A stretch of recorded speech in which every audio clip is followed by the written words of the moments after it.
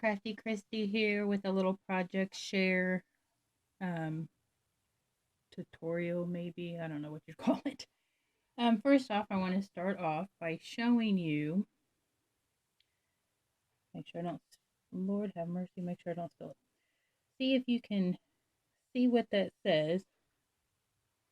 Max Patch Spackle. Now, it is 6 ounces.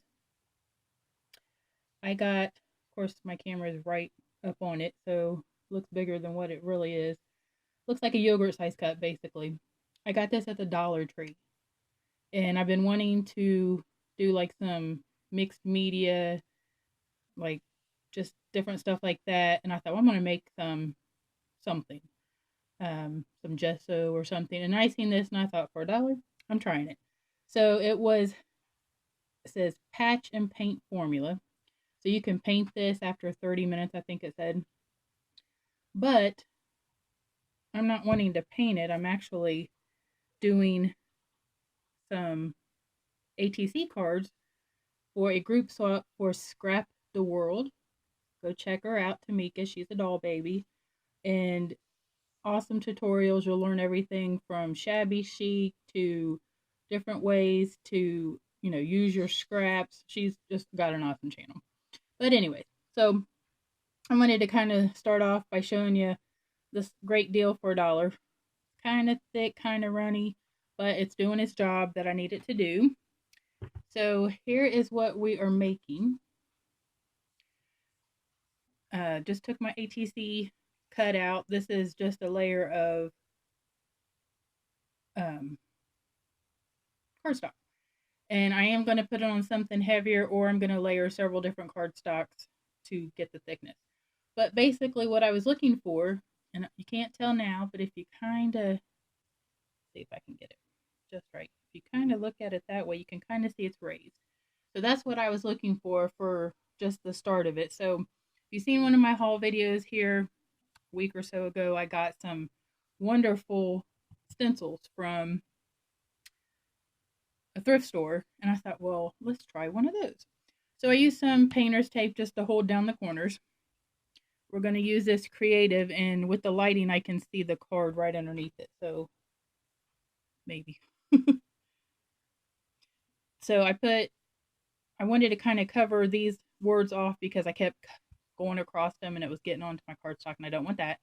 So I used painter's tape to cover that. And then another Dollar Tree find is this paper tape, which Jennifer McGuire uses a lot of paper tape that she gets from Simon Says Stamping on her to hold her die cuts when she's die cutting the words and stuff.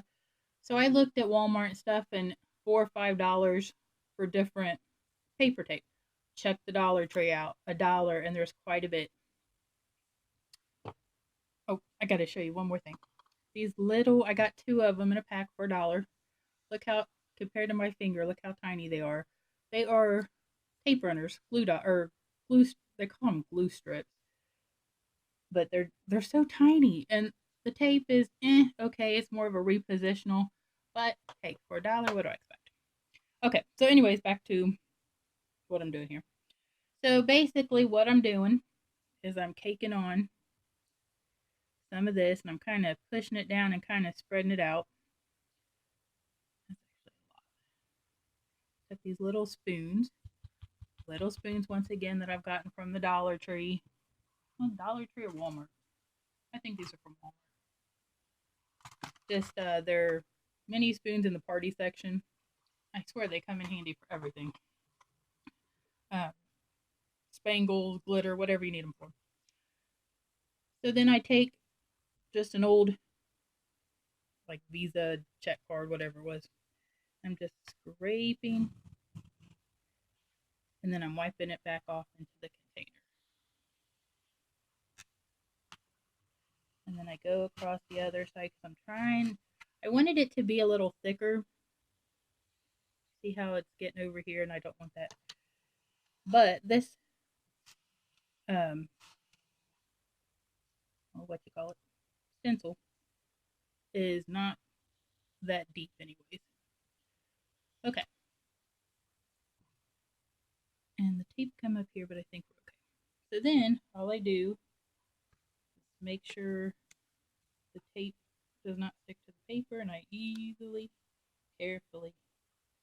Okay, see, that didn't come out completely the way I wanted. So we're going to stick it back on there and try that again. Of course, every one I've done so far has worked out, but this one because I'm on camera, so you know how it goes. So we'll try it one more time. Push it down in there. And just scrape. I'm not going to scrape as hard this time. Maybe that's my problem. So we're just going to leave it at that. See what happens. Maybe. I'm not sure if I like that or not. So anyways, you get the point. So go check out the Dollar Tree. Get your little pack of spackle. And try it on different mixed mediums. And I will be back when the next step comes. After these dry, it says 30 minutes or more. You can paint them, like I said, or do whatever.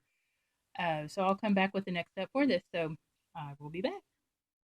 So here are the 10 cards I have started. And like I said, I just used this Dollar Tree Max Patch Spackle. It did water cleanup. I used my baby wipes to clean off the fingers, the stencil. I mean, it was wonderful to use, actually. I'm kind of excited because I can't wait to use it on something else as well. If you heard me say in the last one, I'm not sure I even said it, but I was having problems with the stencil. Like, I was on camera, so all of a sudden it didn't work. Well, that's because Christy didn't bother to clean it off after 2 to 3 uses. And for those out there going, duh, I've never used stencils, so, you live and you learn. So this is the first step of them, just the word create, and we'll see what we'll do next. So be back in a little bit. So the next step, I decided to take my stamp I got from Michael's, the one that's $1.50, and it wouldn't fit completely on here, so I just stamped, as you can see the marks over here, I just stamped it half on, half off. Then I am taking this Dollar Tree silver pen, because I have this one, this Deco Color Premium Paint, and I'm using from Walmart this little Studio G glitter glue, and the Prime whatever it is, this marker here is still too bright, and I don't want it as bright, so I'm using this Dollar Tree marker. And what I'm doing is I'm just going around the lines.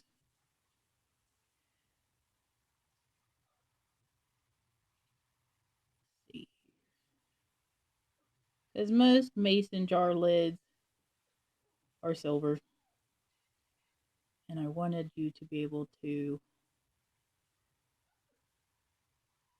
just kind of feel that really is a mason jar. Okay, so then I took my black Sharpie with the fine tip in the end, and I've just basically defined these lines. And I'm not being exactly perfect because the glitter glue is going to cover up some of this.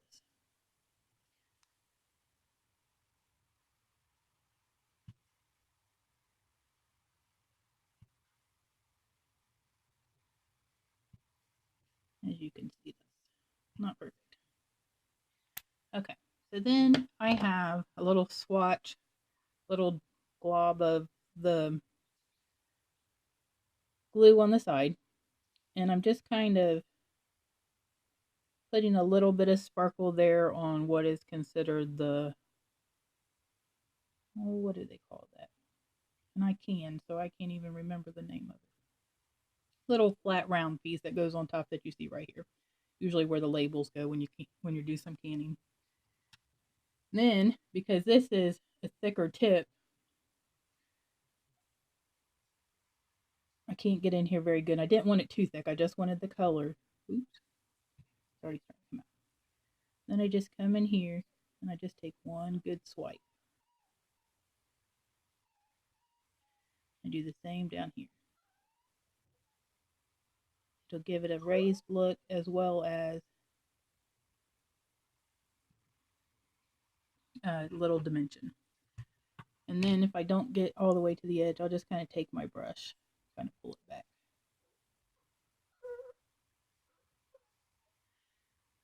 Now yesterday when I had showed the spackle on this, if I didn't quite, like right here, you can see I didn't get the E complete. Or actually I did, I'm sorry. I got it. I just didn't like the way it looked because it kind of looked like you could, if you really wasn't paying attention, you kind of was like, okay, what's that letter? I just dipped my little, and of course now I can't find it. I think it's a Cricut tool. Here it is. That you helps get the paper off of the sticky mat. This here, you can see the spackle still on it, and on the other end it's pointy. Or you can just use a simple pen. And I just dipped it in the spackle and just kind of dabbed it because it is dimensional, so that helped. Was no big deal. You really can't even tell it. So I'm gonna finish all these lids, and I'm gonna decide how I'm gonna do the center, and I'll be back. Okay, so what I've done from this point, from what you've seen before, I printed off some wordings and Let Your Imagination Go Wild of different crafts that anybody and everybody does. I punched out a bunch of different shape circles and I took them and I just put them in the little jar, and then I put words on the 3 big ones, and then I put the let the imagination go wild just running across the top. So basically the idea is just to reach in the jar, grab a craft, create with your imagination. So that's the feel I was going for. So I'm off to finish the rest of them. I've got all of them put together except the wording, and then all I have to do is package them up, and I'm going to be putting an extra few layers of cardstock on the back or chipboard. I'm not quite sure yet. That means I got to make a trip to the craft store, which I'm all for that. But when I go there, I always end up buying way more than what I went there for. So anyways, I'm going to finish these up and package them up and then get them in the mail, hopefully, probably tomorrow, Monday. So hope you'd enjoy this little tutorial. I'm going to leave the packaging part a surprise for when Tamika gets them. But bye.